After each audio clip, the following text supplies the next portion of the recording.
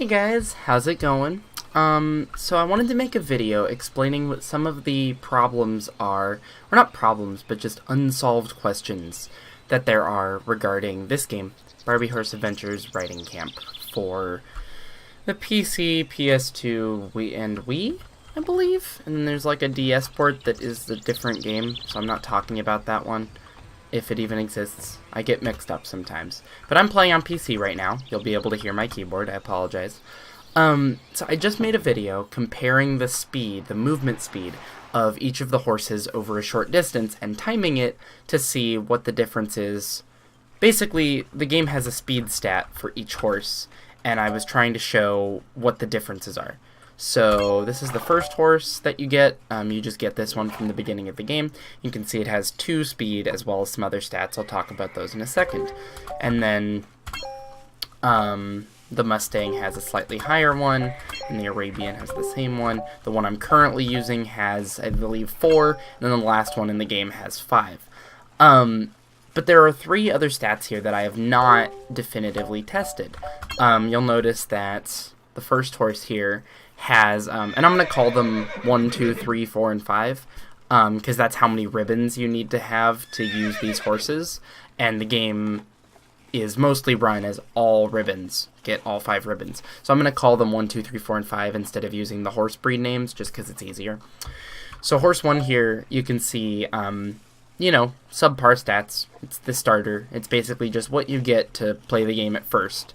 And there's no way to, you know, I haven't modified this game in any way, so I don't know if there's any way to test what would happen if these stats were artificially lower than the minimums that the game gives you. But this horse is pretty much the worst one for all the stats. While testing the speed stat, I realized that it does actually scale evenly for each star. It's not exponential for speed, and it's not fake. It's not purely cosmetic.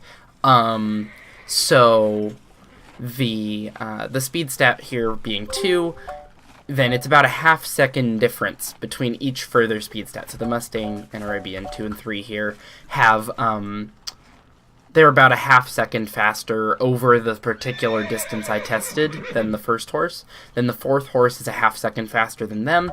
Then the 5th horse is a half-second faster than them. And that scales with their stats.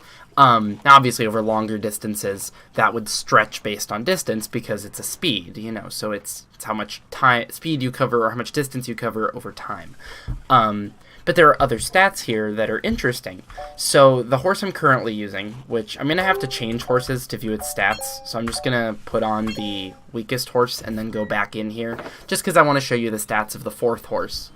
But one of the things that I was just talking to another runner about was the specifics of the endurance stat. So you'll see that the 4th horse here has 5 endurance. It has maximum endurance, whereas the last horse that you unlock after that has less endurance but more speed. So they trade 4 speed, 5 endurance for 5 speed, 4 endurance between the 4th and 5th horse. This one also has the high jumping stat, but it has low agility.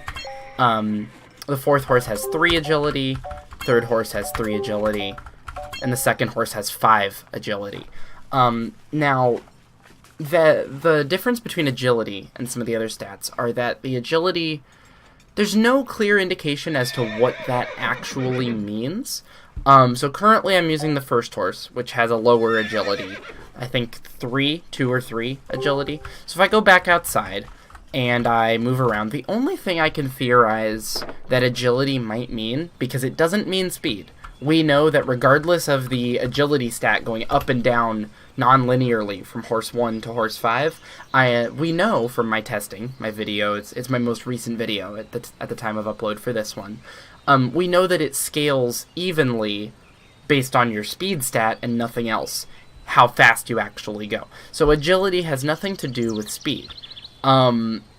As a result, I'm not sure what it is. I thought it might be turning radius, so I'm just going to do a nice little test here. We're going to aim basically at Kyle over there, do this, and then we're going to turn and see how fast we turn. So this horse should have an average, you know, kind of turning radius if that's what agility means. Which, it wouldn't make sense for that to be what agility means, but there's no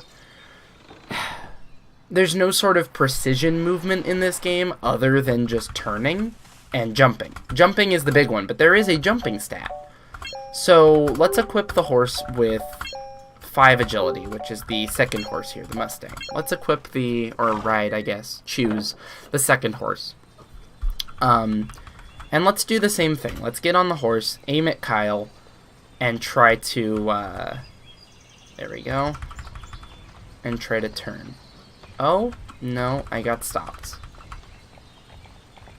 But see, I'm not seeing any sort of difference in the turning radius there. So that's just one particular thing that I had theorized that I'm testing here in front of you to sort of show you what I mean when I call for testing these things. So this video is sort of just like an interest check, I guess. This game has a lot more depth to it than you would imagine for the fact that it's a Barbie game.